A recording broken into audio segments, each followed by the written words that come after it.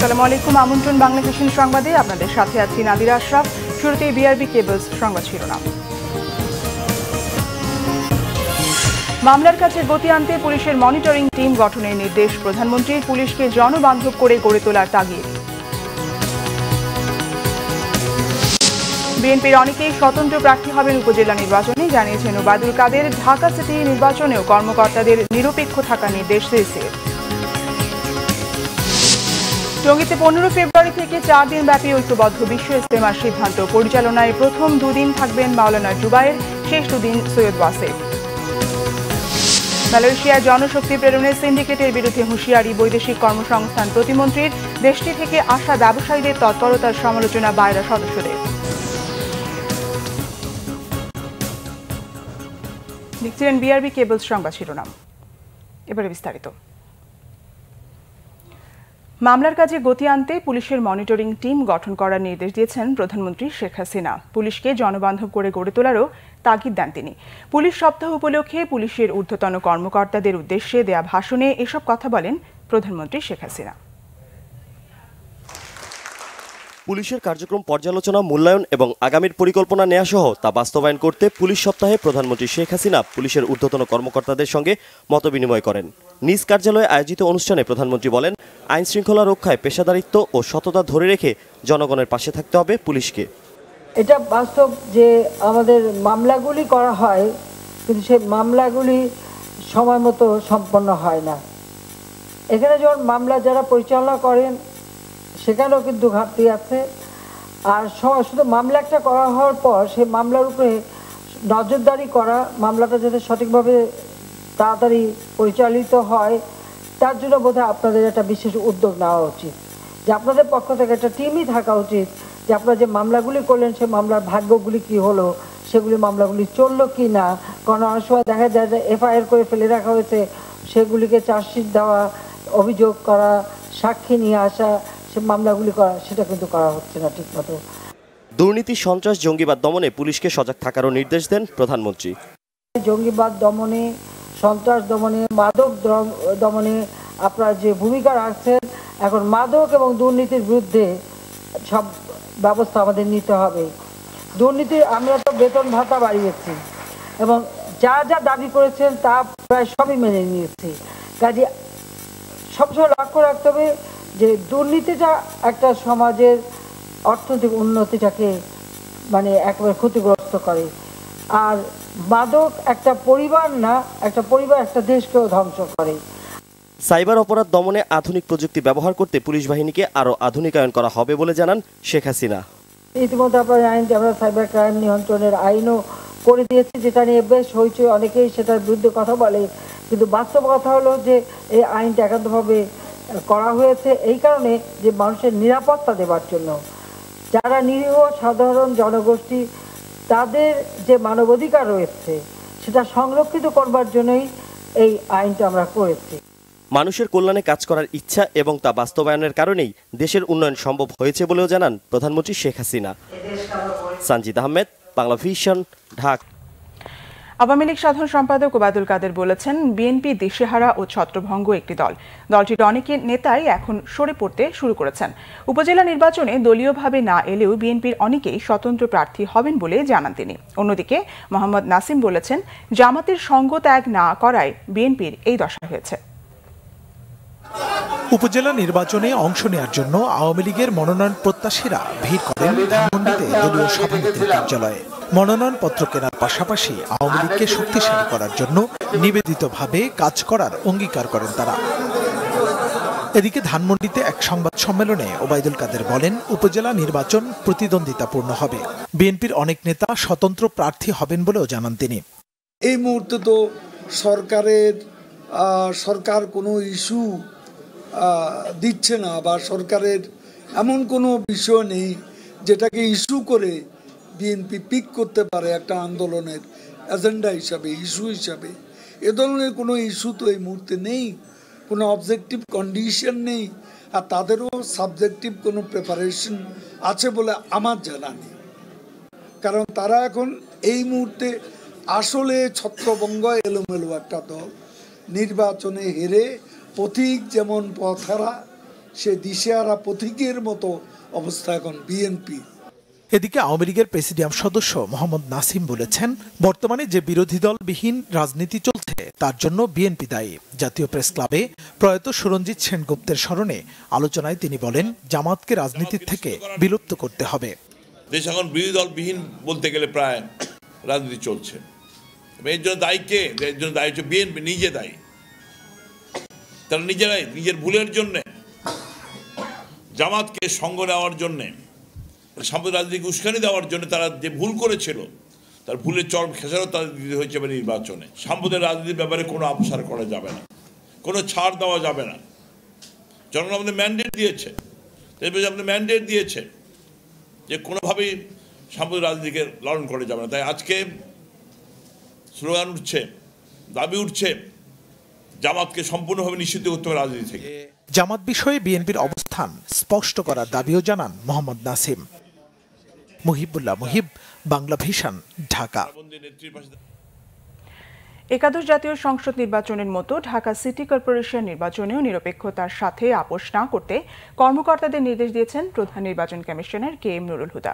সকালে ঢাকা সিটির রিটার্নিং কর্মকর্তা ও নির্বাহী ম্যাজিস্ট্রেটদের উদ্দেশ্যে ব্রিফিংয়ে একথা বলেন তিনি।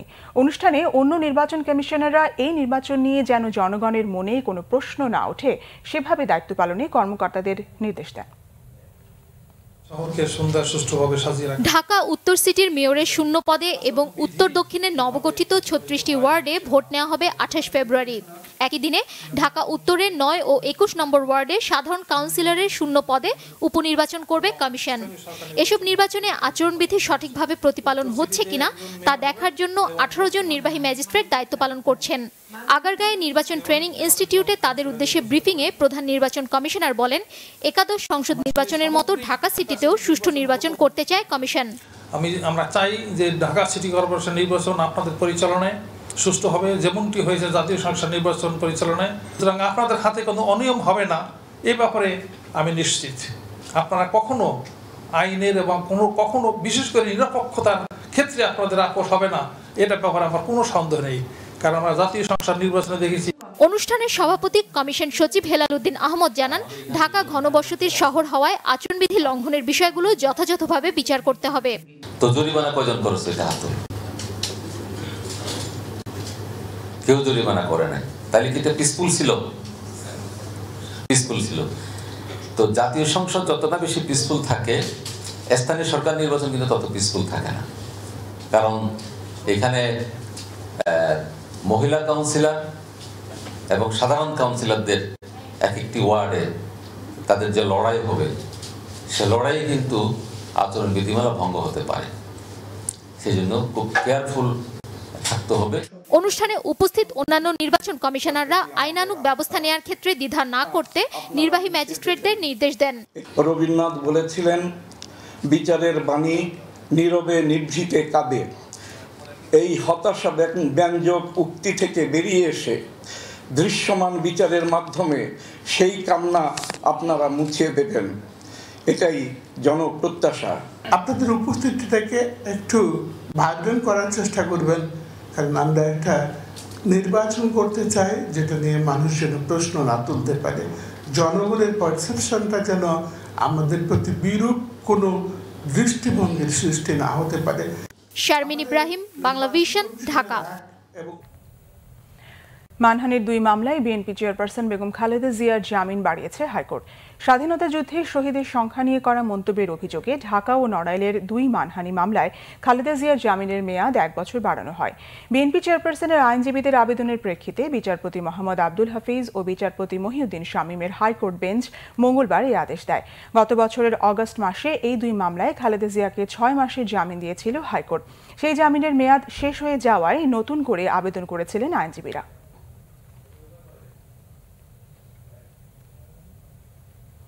ডাকসু নির্বাচনের ভোট গ্রহণ 11 মার্চকে সামনে রেখে চলতি সপ্তাহেই পূর্ণাঙ্গ তফসিল ঘোষণা করা হবে বলে জানিয়েছেন ঢাকা বিশ্ববিদ্যালয়ের উপাচার্য ডক্টর মোহাম্মদ সামাদ। সকালে নির্বাচন সংশ্লিষ্ট সবার সঙ্গে বৈঠক করেন ঢাকা বিশ্ববিদ্যালয়ের উপাচার্য ডক্টর আখতারুজ্জামান। বৈঠকের পর সাংবাদিকদের সাথে কথা বলেন উপাচার্য ডক্টর মোহাম্মদ সামাদ। তিনি বলেন, নির্বাচনের যাবতীয় আইন কানুন নিয়ে তৈরি করা পুস্তিকাও নির্বাচনী কর্মকর্তাদের দেওয়া হয়েছে। নির্বাচন সুষ্ঠুভাবে সম্পন্ন হবে বলেও জানান তিনি।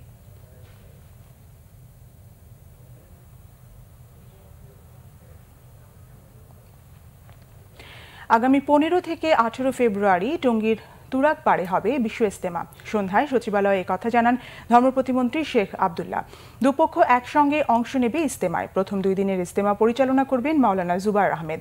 পরের 2 দিন পরিচালনা করবেন সৈয়দ ওয়াসিফুল ইসলাম। তবে আখেরি মোনাজাত কে পরিচালনা করবেন সে ব্যাপারে চূড়ান্ত কোনো সিদ্ধান্ত হয়নি। এবারের ইজতেমায় মাওলানা সাদ কান্দলম্বি আসবেন না বলেও জানান ধর্ম প্রতিমন্ত্রী। শান্তিপূর্ণভাবে ইজতেমা আয়োজনে দুপক্ষই সহযোগিতা করবেন। সরকার সহায়ক ভূমিকা পালন করবে বলে জানান ধর্ম প্রতিমন্ত্রী। নিরাপত্তা নিশ্চিতে সব ব্যবস্থা থাকবে বলেও জানান তিনি।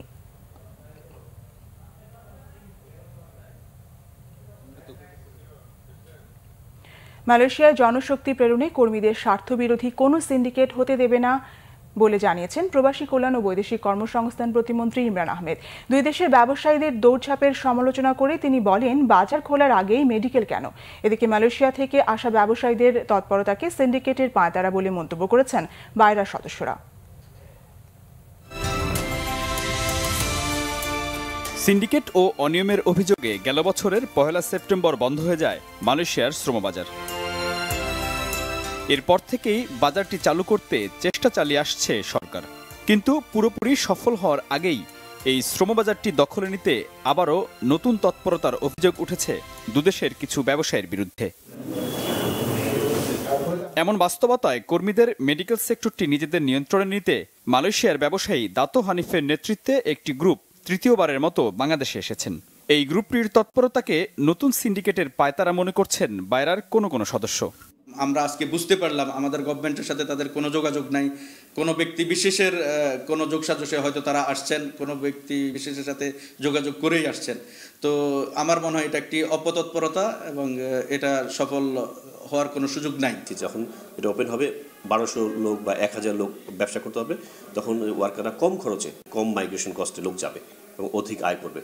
দাতো হানিফের এই গ্রুপটি বাইরা ছাড়াও প্রবাসী কল্যাণ ও বৈদেশিক কর্মসংস্থান প্রতিমন্ত্রীর সাথেও বৈঠক করেছেন।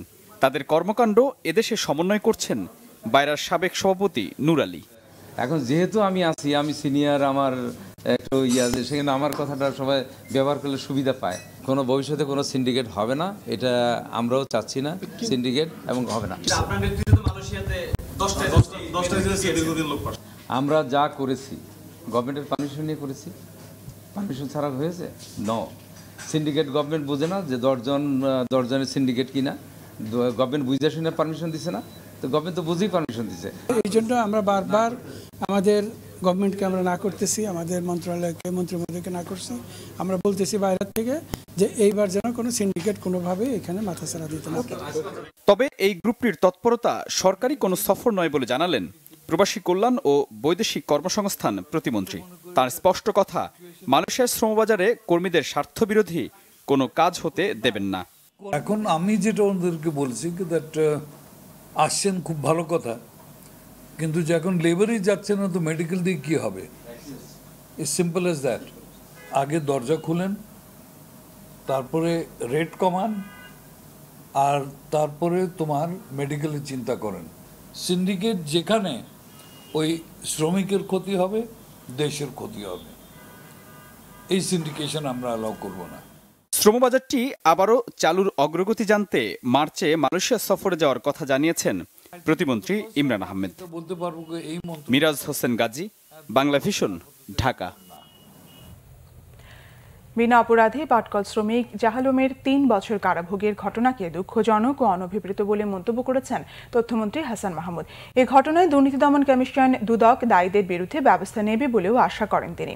মঙ্গলবার সচিবালয়ে টেলিভিশন নাটক নির্মাতাদের সংগঠন ডিরেক্টরস গিল্ডের নেতাদের সঙ্গে বৈঠকের শুরুতে সাংবাদিকদের প্রশ্নের জবাবে তথ্যমন্ত্রী একথা বলেন দুদক এরই মধ্যে তাদের ভুল স্বীকার করেছে, একই সঙ্গে তারা এটা নিয়ে তদন্তও করছে। তিনি আরও বলেন, দুদক একটি সংবিধিবদ্ধ প্রতিষ্ঠান, তারা সরকারের অধীন নয়। আমি আশা করব তদন্তের মাধ্যমে যারা দায়ী হিসেবে চিহ্নিত হবে তাদের বিরুদ্ধে দুদক শাস্তিমূলক ব্যবস্থা গ্রহণ করবে।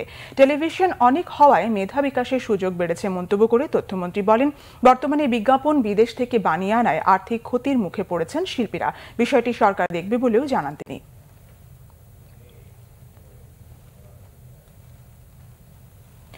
প্রধানমন্ত্রীর নির্দেশে নদী খাল পুনরুদ্ধারে খুলনায় অবৈধ দখলে থাকা বাটিয়াঘাটার ময়ূর নদীর পাড়ের উচ্ছেদ অভিযান শুরু করেছে জেলা প্রশাসন। এদিকে চট্টগ্রামের কর্ণফুলী নদীর উত্তর পাড়ে দ্বিতীয় দিনের মতো অভিযান পরিচালনা করে প্রশাসন। খুলনার বটিয়াঘাটার পাশ দিয়ে বয়ে যেত এক সময়ের নামকরা নদী ময়ূর, কিন্তু ভূমিদস্যুদের দখলদারিত্বে এখন আর তার সেই রূপ নেই। আর তাই বর্ষা মৌসুমে খুলনা মহানগরীতে সৃষ্টি হচ্ছে জলাবদ্ধতা।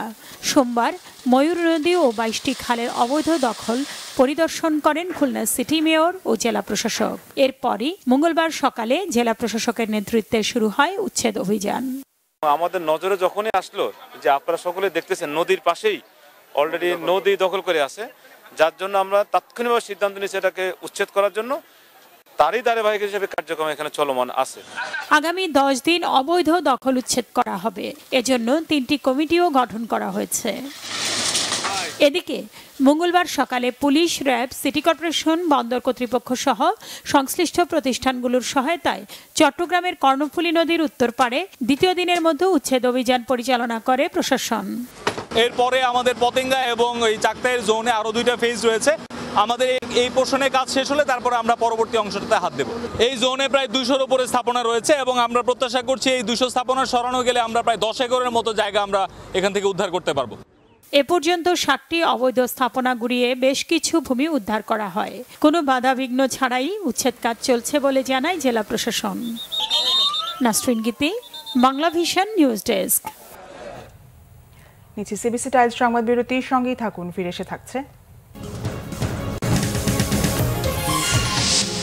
দেশের অধস্তর আদালতগুলোয় থাকা অভিযোগ আমলে নিয়ে মাদকদ্রব্য নিয়ন্ত্রণ আইনের মামলাগুলো 6 মাসের মধ্যে নিষ্পত্তির নির্দেশ হাইকোর্টের। রোহিঙ্গাদের মিয়ানমারে ফিরিয়ে নেওয়ার দাবি UNHCR এর বিশেষ দূত এবং হলিউড তারকা অ্যাঞ্জেলিনা জোলির।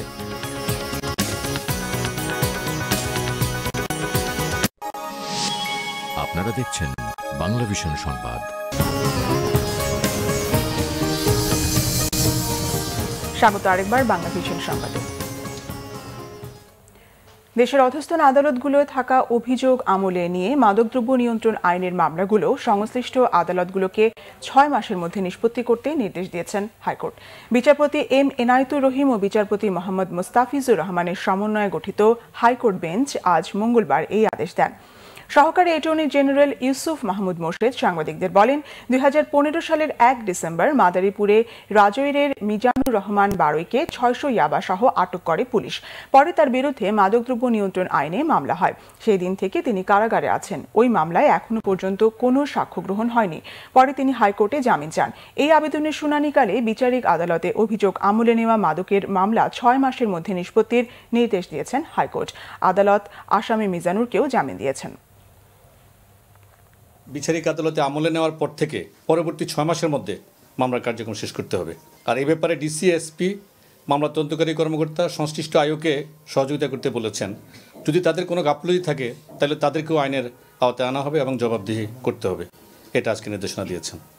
আর আরেকটা উনি ডিরেকশন দিয়েছেন যে আদালতে মামলাটা বিচারাধীন আছে সে আদালতে যিনি আইন কর্মকর্তা সংশ্লিষ্ট মামলায় তিনি যদি সাক্ষী আনতে ব্যর্থ হন অথবা তার যদি কোনো গাফলতি থাকে তাহলে তাকেও আইনের আওতায় আনা হবে।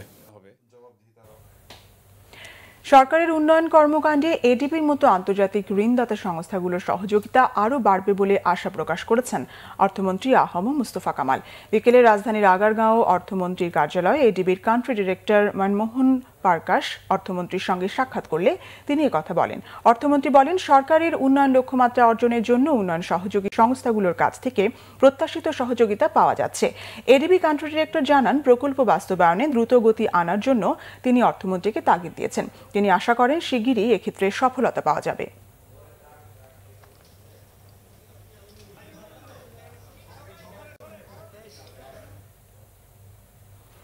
আইনমন্ত্রী আনিসুল হক বলেছেন, ঐক্যফ্রন্টের ঐক্য ছিল তেলে জলের মতো, তাদের এজেন্ডাও ছিল ব্যক্তিগত। মন্ত্রী আরও বলেন, গণতান্ত্রিক পদ্ধতিতে বিএনপি দেশের উন্নয়ন চায় না বলে ওসিলা খুঁজে নির্বাচন বর্জনের চেষ্টা করছে। সকালে ব্রাহ্মণবাড়িয়ার কসবায় এক সভা শেষে এসব কথা বলেন তিনি। ওনাদের এজেন্ডা হচ্ছে ব্যক্তিগত এজেন্ডা ছিল, তো এখন ওনারা পরস্পরের কথা শুনবে কেন? ব্যক্তিগত এজেন্ডা যখন নষ্ট হয়ে গেছে। বাংলাদেশের উন্নয়নও ওনারা চান না, বাংলাদেশে গণতন্ত্র থাকুক সেটাও চান না। সেই জন্য ওনারা কোনো নির্বাচনেই অংশগ্রহণ করতে চায় না। জাতিসংঘের শরণার্থী বিষয়ক সংস্থা UNHCR এর বিশেষ দূত এবং হলিউড অভিনেত্রী অ্যাঞ্জেলিনা জোলি দ্বিতীয় দিনের মতো কক্সবাজারের রোহিঙ্গা ক্যাম্প পরিদর্শন করেছেন। পরিদর্শন শেষে তিনি বলেন, মিয়ানমারের উচিত রোহিঙ্গাদের ফিরিয়ে নেওয়া। বিশ্ব সম্প্রদায়কে রোহিঙ্গাদের পাশে দাঁড়াবার আহ্বান জানান তিনি। মঙ্গলবার সকাল 8:30টায় ইনানির রয়্যাল টিউলিপ থেকে রওনা হন জাতিসংঘের বিশেষ দূত অ্যাঞ্জেলিনা জোলি। তিনি প্রথমে ঘুমধুম ট্রানজিট ক্যাম্পে যান। ওখানে অবস্থানরত রোহিঙ্গাদের সঙ্গে কথা বলে এরপর তিনি যান রেড ক্রিসেন্ট হাসপাতালে। এ সময় তিনি শারীরিক ও মানসিকভাবে অসুস্থ রোগীদের সঙ্গে কথা বলেন এবং তাদের চিকিৎসা সেবার খোঁজ খবর নেন। স্বাস্থ্যকর্মীর সঙ্গেও কথা বলেন অ্যাঞ্জেলিনা জোলি। পরে তিনি কুতুপালং 4 নম্বর ক্যাম্পে গিয়েও রোহিঙ্গাদের সঙ্গে আলাপ করেন। জাতিসংঘের এই বিশেষ দূত সোমবার এক সফরে কক্সবাজার যান। বুধবার তিনি কক্সবাজার থেকে ঢাকায় আসবেন।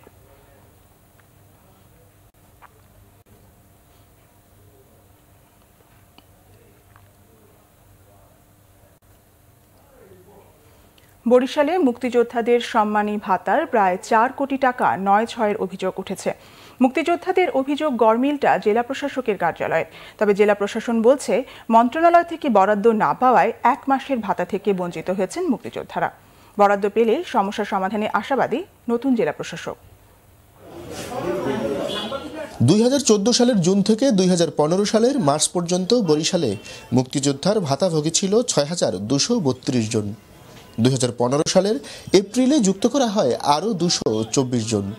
ওই সময়ে জনপ্রতি 5000 টাকা করেই মুক্তিযোদ্ধাদের ব্যাংক হিসেবে জমা হওয়ার কথা থাকলেও তা হয়নি। 6232 জনের নামে বরাদ্দ হয়েছে, অথচ আমরা কিন্তু এই টাকাটা এখনো পাইনি। তারা বলে হিসাবের ভুলের জন্য এটা হয়েছে, কিন্তু আসলে তারা দিবে করে 4 বছর পার করে দিল, কিন্তু এখন পর্যন্ত মুক্তিযোদ্ধারা ওই 5000 টাকা পায়নি। শেখ হাসিনা সরকার এসে আমাদেরকে দিছে, আর সেই টাকা কোন সাহসে কোন শক্তির বলে প্রশাসন এই টাকাটা গায়েব করে ফেলাইলো। তৎকালীন জেলা প্রশাসক নতুন মুক্তিযোদ্ধাদের অন্তর্ভুক্ত করে বরাদ্দকৃত ভাতা বন্টন করায় পুরাতনরা বঞ্চিত হয়েছেন বলে অভিযোগ মহানগর মুক্তিযোদ্ধা কমান্ডারের। আমাদের টাকাটা গুনে যারা আমরা পুরান ভাতাভোগী হেদের টাকাটা গুনে ওই সব নূতন মুক্তিযোদ্ধাদের ভাতার টাকা দিয়ে দিই। এই সমস্যাটা বাড়ছে দেখেই আমরা পুরান গুনায় যারা পাওয়ার এরা পাই। 1 মাসের ওই বরাদ্দের জন্য মন্ত্রণালয়ে আবেদন করা হয়েছে বলে জানিয়েছেন নতুন জেলা প্রশাসক। এখানে মুক্তিযোদ্ধার ভাতা কোথাও লোপাট হয়নি বা এটাকে আত্মসাৎ করার সুযোগ নাই, বরাদ্দই আসলে পাওয়া যায়নি। সেই জন্যই তাদের বরাদ্দ না পাওয়ার কারণে তাদের ভাতাটা বিতরণ করা সম্ভব হয়নি। 1 মাসের বরাদ্দ পেতে মন্ত্রণালয়ের দিকে তাকিয়ে জেলার বঞ্চিত মুক্তিযোদ্ধারা। শাহিন হাসান, বাংলা ভিশন, বরিশাল। মেয়র নির্বাচিত হলে ঢাকা উত্তর সিটি কর্পোরেশনকে স্বচ্ছ নগরী হিসেবে গড়ার অঙ্গীকার করলেন আওয়ামী লীগ মনোনীত প্রার্থী আতিকুল ইসলাম। বিকেলে রাজধানীতে কৃষিবিদ ইনস্টিটিউটে ঢাকা উত্তর সিটি কর্পোরেশন উপনির্বাচন নিয়ে স্বেচ্ছাসেবক লীগের এক মতবিনিময় সভায় তিনি এই অঙ্গীকার করেন। আতিকুল ইসলাম বলেন, মেয়র নির্বাচিত হলে রাজধানীকে যানজট ও জলজট মুক্ত করা হবে। সুন্দর ও পরিচ্ছন্ন নগরী গড়ে তোলার পাশাপাশি প্রয়াত মেয়র আনিসুল হকের অসমাপ্ত কাজ শেষ করার কথা জানান আতিকুল ইসলাম। অনুষ্ঠানে আওয়ামী লীগের নেতারা বলেন, একাদশ জাতীয় সংসদ নির্বাচনের মতো ঢাকা উত্তর সিটি নির্বাচনেও বিপুল জয় পাবে আওয়ামী লীগ। বিএনপি লজ্জাজনক পরাজয়ের ভয়ে নির্বাচনে অংশ নিচ্ছে না বলে মন্তব্য তাদের। চাকরি স্থায়ী করার দাবিতে জাতীয় প্রেস ক্লাবের সামনে বিক্ষোভ করেছেন বিশ্বব্যাংক ও সরকারের যৌথ অর্থায়নে সেকায়ে প্রকল্পের অধীনে অতিরিক্ত শ্রেণীর শিক্ষকরা। দাবি আদায় না হওয়া পর্যন্ত আন্দোলন চালিয়ে যাওয়ার ঘোষণা দিয়েছেন তারা।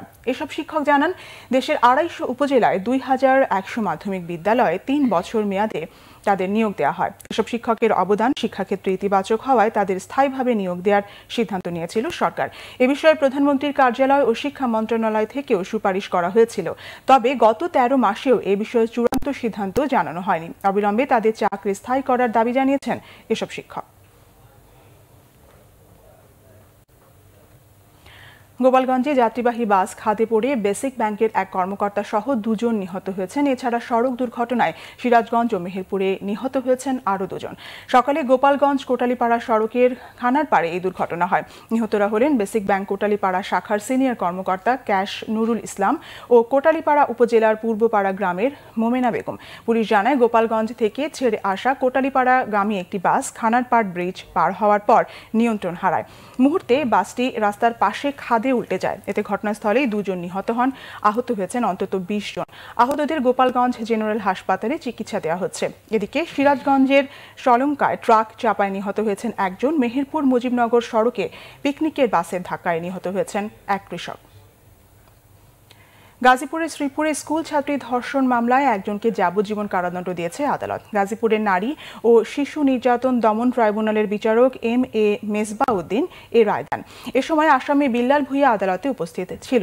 2017 সালের সেপ্টেম্বরে 3য় শ্রেণীর ওই ছাত্রী অভিযুক্ত বিল্লাল ভূঁইয়ার বসত বাড়িতে খেলতে গেলে সে তাকে ধর্ষণ করে। এদিকে ব্রাহ্মণবাড়িয়ায় স্ত্রী হত্যার দায়ে স্বামী জিসান চৌধুরী জিকুকে মৃত্যুদণ্ড দিয়েছেন আদালত।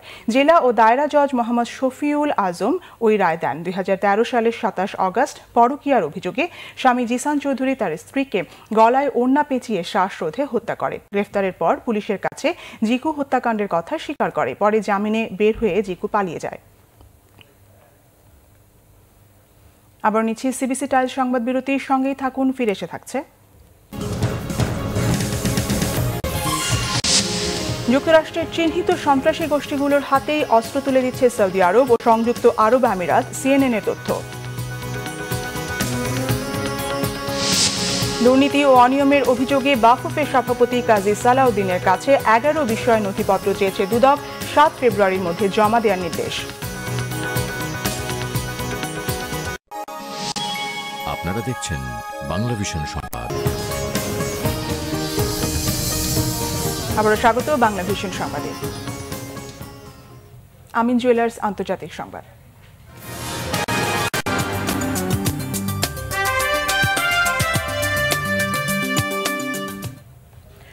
যুক্তরাষ্ট্রের চিহ্নিত সন্ত্রাসী গোষ্ঠীগুলোর হাতে মার্কিনীদের তৈরি অস্ত্র তুলে দিচ্ছে সৌদি আরব এবং সংযুক্ত আরব আমিরাত।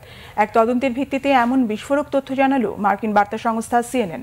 তারা বলছে, যুক্তরাষ্ট্রের কাছ থেকে অস্ত্র কিনে সেগুলো আল কায়দা সংশ্লিষ্ট বিভিন্ন জঙ্গি গোষ্ঠী IS এবং ইয়েমেনের কট্টরপন্থী সালাফি মিলিশিয়াদের হাতে তুলে দিচ্ছে সৌদি আরব এবং তার নেতৃত্বাধীন জোটের সদস্যরা। এমনকি ইয়েমেনে যাদের বিরুদ্ধে অভিযান চালাচ্ছে সৌদি জোট, সেই হুথি গেরিলাদের হাতেও চলে যাচ্ছে যুক্তরাষ্ট্রের তৈরি অস্ত্র। CNN জানিয়েছে, মিলিশিয়াদের আনুগত্য পেতে অথবা ঘুষ দেওয়ার ক্ষেত্রে অর্থের বিকল্প হিসেবে অস্ত্র ব্যবহার করছে সৌদি আরব এবং সংযুক্ত আরব আমিরাত। তৃতীয় পক্ষের হাতে অস্ত্র তুলে দেওয়ার মধ্য দিয়ে তারা অস্ত্র বিক্রির শর্ত লঙ্ঘন করছে বলে অভিযোগ করেছেন মার্কিন প্রতিরক্ষা কর্মকর্তারা। সাংবাদিক জামাল খাশোগি হত্যা ইস্যুতে যখন রিয়াদের প্রতি ক্ষুব্ধ মার্কিন কংগ্রেস, তখনই এলো অস্ত্র হস্তান্তরের এই খবর। কলকাতার পুলিশ কমিশনার রাজীব কুমারকে গ্রেফতার না করে জিজ্ঞাসাবাদের নির্দেশ দিয়েছে ভারতের সুপ্রিম কোর্ট। সেই সঙ্গে চিট ফান্ড তদন্তে কেন্দ্রীয় তদন্ত সংস্থা CBI-কে সহযোগিতা করতে রাজীবকে নির্দেশ দিয়েছে আদালত। এই রায়ের পর অবস্থান ধর্মঘট প্রত্যাহার করে নিয়েছেন পশ্চিমবঙ্গের মুখ্যমন্ত্রী মমতা বন্দ্যোপাধ্যায়। কলকাতা পুলিশের সঙ্গে সংঘাতের জেরে CBI-এর করা মামলায় মঙ্গলবার দেশটির প্রধান বিচারপতি রঞ্জন গগৈ এর নেতৃত্বে 3 সদস্যের বেঞ্চ এই আদেশ দেন।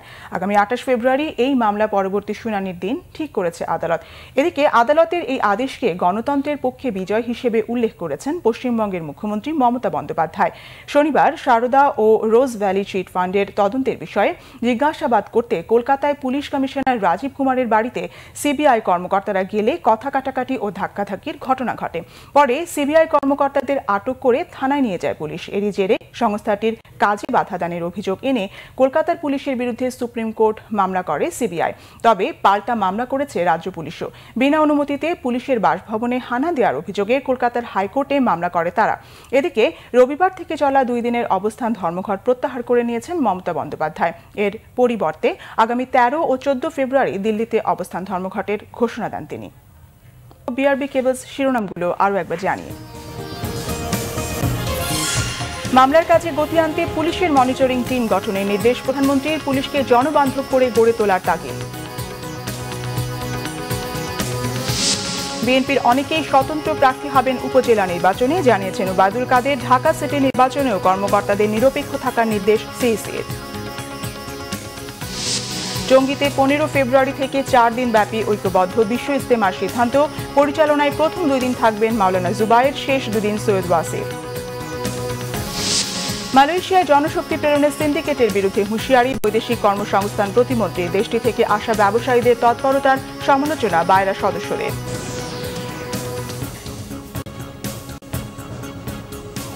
এই ছিল এখনকার মতো। পরের সংবাদ রাত 10:30টায়। 9টায় নিউজ টপ 10 দেখার আমন্ত্রণ রইল। এছাড়া ফেসবুকে বাংলাভিশন সংবাদ সরাসরি দেখতে লগ ইন করতে পারেন facebook.com/বাংলাভিশনে। এতক্ষণ সাথে থাকায় ধন্যবাদ।